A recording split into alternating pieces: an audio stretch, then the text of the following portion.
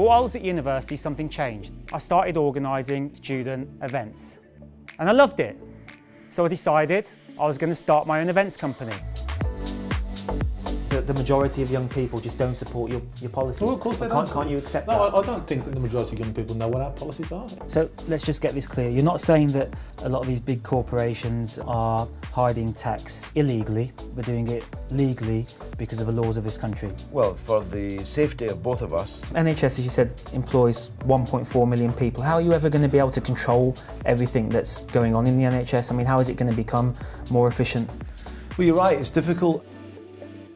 The man who organised the letter feels the culture of the sport in England is discouraging people of colour from taking part.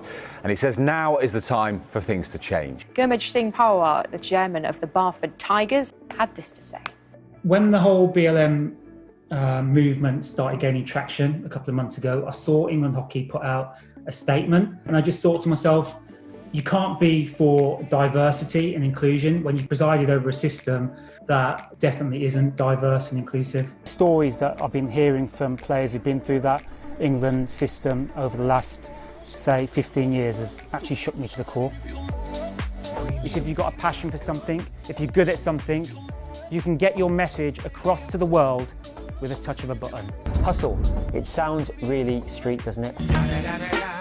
But all hustling is finding ways to make a living or having a side living that could potentially end up being your full-time gig. Hello and welcome to another episode of Opportunity in Isolation. So, Svetlin, good to see you. Good to see you, buddy.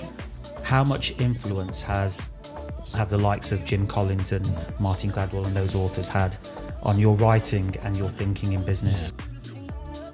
So to an extent, politicians are playing a game with young people's lives in the sense that they know that young people aren't going to vote anyway. But the rest of us are still banging away as well, putting the message out, but maybe it's not quite so sexy as seeing Nigel on the telly, but that doesn't mean that he's the only man.